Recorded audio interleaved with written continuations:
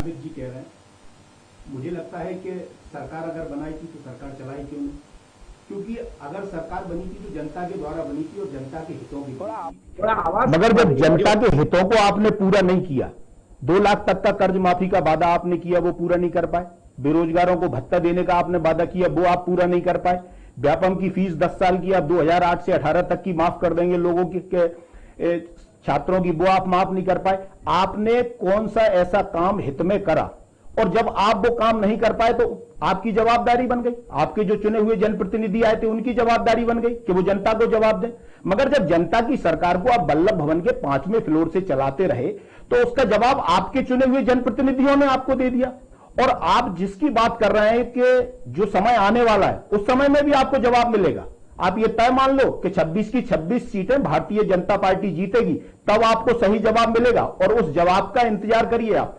जब जनता वोट डालेगी तो दूध का दूध और पानी का पानी हो जाएगा। क्या लग रहा है रोमेश जी, 26 का आंकड़ा बढ़ेगा या 26 सितंबर तक रहेगा? मुझे लगता है कि यह आंकड़ा बढ़ेगा, क्योंकि 22 लोगों ने इस्तीफा दिया था।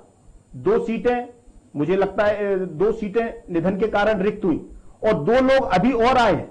अगर कांग्रेस के हालात यही रहे और आप अंधेरे में जीते रहे तो आप ये समझ लेना कि हो सकता है कि 26 का आंकड़ा 36 पर जाके पहुंच जाए। तो आप अपने परिवार को संभालने का प्रयास करें कि आपके परिवार को आप कैसे संभालेंगे। इस दिशा में अगर आपने प्रयास करा तो हो सकता है कि आपकी कुछ स्थिति सुधर जाए।